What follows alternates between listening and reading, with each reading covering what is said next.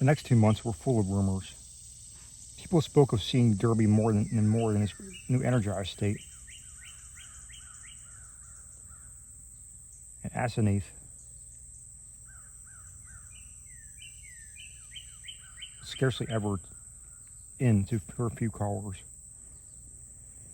I had only one visit from Edward when he called briefly in Asenath's car, duly reclaimed from wherever he had left it in Maine, to get some books he lent me. He was in his new state and paused only long enough for some evasive polite marks. It was plain that he had nothing to discuss with me in this new condition.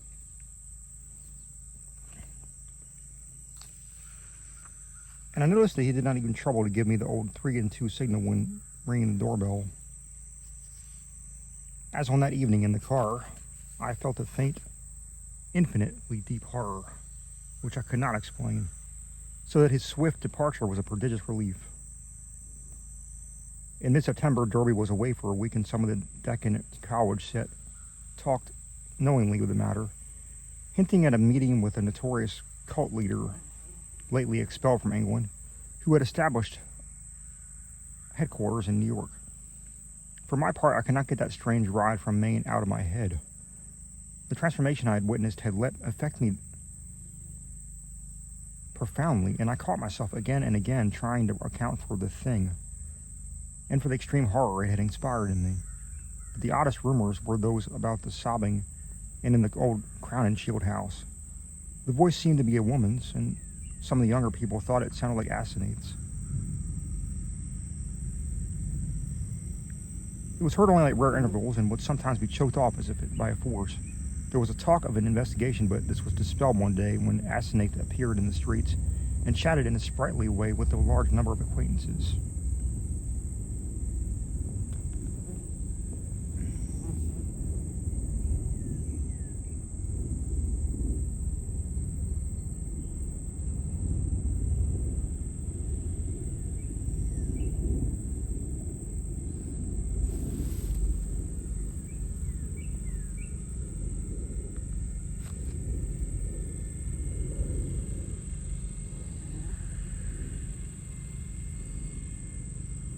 Apologizing for her recent absences and speaking incidentally about the nervous breakdown and hysteria of a guest from Boston. The guest was never seen, but Asenath's appearance left nothing to be said. And then someone complained in complicated manners by whispering that sobs had once or twice been heard in a man's voice.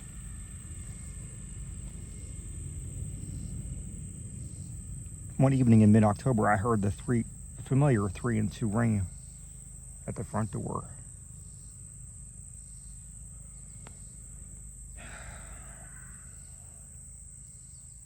Answering it myself, I found Edward on the steps and saw in a moment that his personality was the old one I had not encountered since the day of his ravings on that terrible ride from Chesapeake. His face was twitching with a mixture of odd emotions in which fear and triumph seemed to share dominion, and he looked furtively over his shoulder as I closed the door behind him. Following me clumsily to the study, he asked for some whiskey to steady his nerves. I forbore to question him, but waited until he felt like beginning whatever he had to say. At length he ventured some information in a choking voice.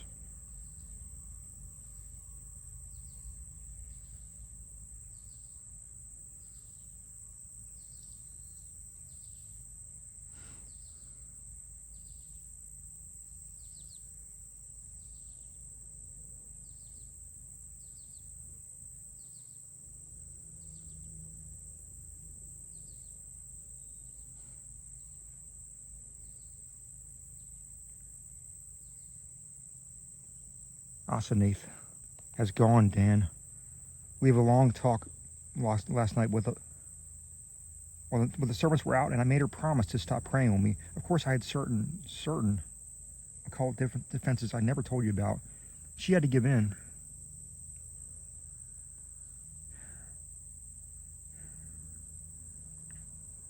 But she got frightfully angry.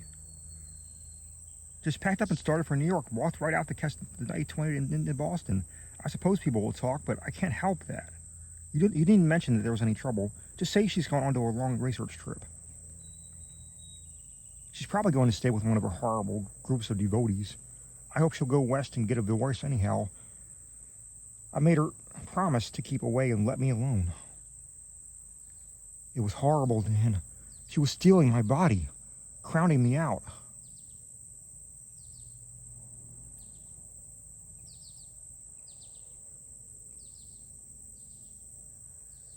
Making a prisoner of me. I lay low and pretending to let her do it, but I had to be on the watch. If I was careful, for she couldn't read my mind literally or in detail. All she could read in my planning was a sort of general mood of rebellion, and she always thought I was helpless. Never thought I could get the best of her, but I had a spell or two that worked. Dorby looked over her shoulder and took some more whiskey. I paid off those damn servants this morning when they got back. They were ugly about it, and they asked questions, but they went. They're her kind. Innsmouth people, and we're hand in glove with her. I hope they'll let me alone. I didn't like the way they laughed when they walked away.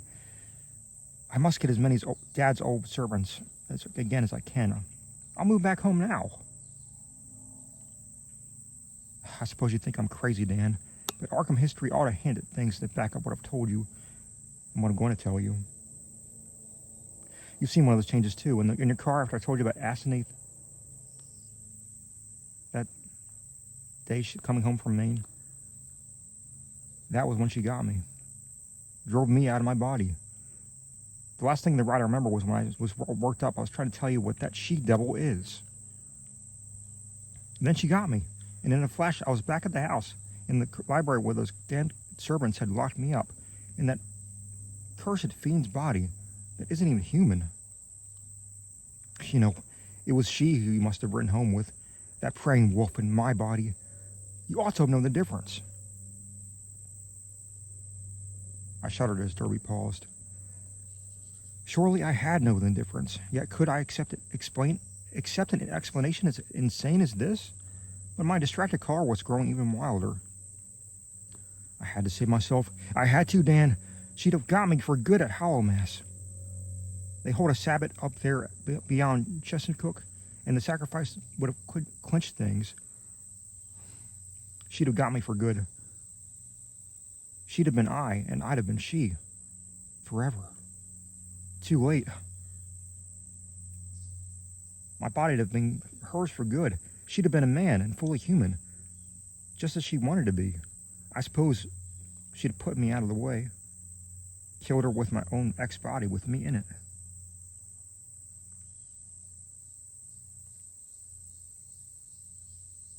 Damn her. Just as she did before, just as it did before. Edward's face now atrociously distorted, and he bent it uncomfortably close to mine as his voice fell to a whisper. You must know what I hinted at in the car. That isn't Anthony at all. But it really old Ephraim himself. I suspected it a year and a half ago, but I know it now. Her handwriting shows it when she's off guard. Sometimes she jots down a note in writing that just like her father's manuscripts, stroke for stroke. And sometimes she says things that nobody but an old man like Ephraim could say. He changed forms with her when he felt death coming. She was the only one he could find with the right kind of brain and a weak enough will. He got her body permanently. Just as she almost got mine. And then poisoned the old body he put her into. Haven't you seen old Ephraim's soul glaring out of that she-devil's eyes dozens of times and out of mine when she had control of my body? The whisperer was panting and paused for breath. I said nothing, and when he resumed, his voice was nearer than normal. This, I reflected, was a case for the asylum, but I would not be the one to send him there. Perhaps time and freedom from Asenath would do its work. I could see that he would never wish to dabble in morbid occultism again.